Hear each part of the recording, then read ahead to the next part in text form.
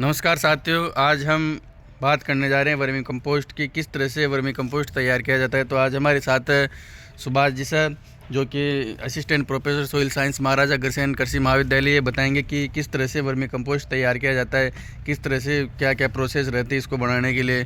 तो बात करते हैं, सुभाष सर बता रहे। हाँ सर बताएं। नमस्कार। देखिए, उनको वर्मी कंपोस्ट अगर तैयार करना है तो उसके लिए सबसे पहले अपने पास में एक छायादार स्थान होना चाहिए, जिसमें या तो शेड बना हुआ हो या कोई पेड़ के नीचे या फिर ग्रीन नेट वगैरह लगा के छायादार स्थान पे अपने को ये बनाना है। उसके बाद में वो स्थान है वो या तो पक्का हो, फ्लैट हो।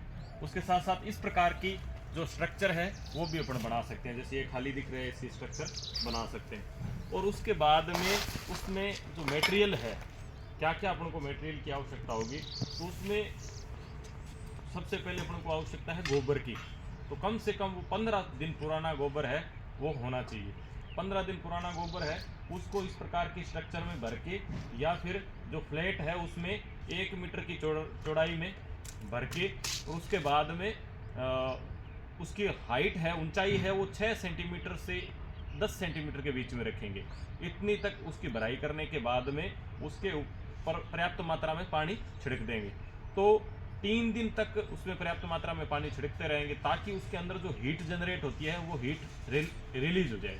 उसके बाद में 3 दिन बाद में अपने पास में जो केंचुए हैं, आइसिनिया फोएटिडा या जो भी अपने पास में अवेलेबल है केंचुए, किसी दूसरी यूनिट से अपन को मंगवा के और उसको उसके ऊपर छोड़ देना है, बिखेर देना है। बाद में वो क्या करते हैं, थोड़ा सा ऊपर से पानी का छींटा दे देते हैं, तुरंत ही वो उस यूनिट के अंदर चले जाते हैं। उसके बाद में ध्यान रखने वाली बात ये है कि उस यूनिट में हर तीसरे दिन दूसरे दिन है वो पर्याप्त मात्रा में पानी देते रहें, और उसके ऊपर हल्का फुल्का किसी चीज़ से उसके ऊपर हार्ड पेन नहीं बने उसको तोड़ते रहें। और उसके ऊपर डायरेक्ट सनलाइट यानी सूर्य की किरणें सीधी नहीं पड़नी चाहिए। तो उसके बचाव के लिए या तो ऊपर ये ग्रीन नेट लगी हुई है तो ठीक है, नहीं लगी हुई है तो मतलब अगर अपन जो धान का पुआल होता है या फिर जूट की जो बोरी होती है उससे भी उसको ढक सकते हैं। और ढकने के बाद में उसके अंदर जब भी अपन पानी छिड़काव करें या उसको हटा के और वापस उसको लगा दें, या फिर उसकी क्रैकिंग तोड़ते हैं तो वापस उसको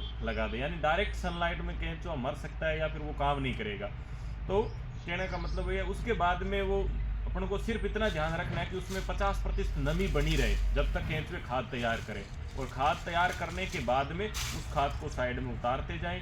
2-3 दिन पानी, 4 दिन 5 दिन तक पानी नहीं देंगे तो केंचुए हैं वो ऑटोमेटिकली नमी के साथ नीचे जाते हैं। जैसे नमी नीचे जाएगी तो ऊपर की खाद को वो छोड़ देंगे, नीचे चले जाएंगे। तो ऊपर की खाद है उसको अलग करके और छान के अपन उसका यूज़ कर सकते हैं। परंतु ध्यान रखने वाली बात यह है कि उसको स्टोर करना है तो उसमें नमी 30% से कम नहीं होनी चाहिए। तो उसके लिए या तो उसको प्लास्टिक बैग में स्टोर करें या फिर ऐसी स्ट्रक्चर में स्टोर करें तो जिसमें पानी पर्याप्त मात्रा में आप छिड़कते रहें, या उसको ढक के रखें। तो इस प्रकार से उसकी 30% से अगर नमी कम हो जाती है तो उसकी जो पोषक तत्व का मान है, पोषक वैल्यू है, न्यूट्रेंट वैल्यू है, वो कम हो जाती है। और उसके बाद में अपन उसको गमलों में, पेड़ पौधों में, या फिर अगर अपना मार्केटिंग चैनल है या कोई अपने पास सोर्स है तो उनके माध्यम से उसको बेचकर अपनी अर्निंग कर सकते हैं। धन्यवाद। ओके सर, धन्यवाद बहुत बहुत।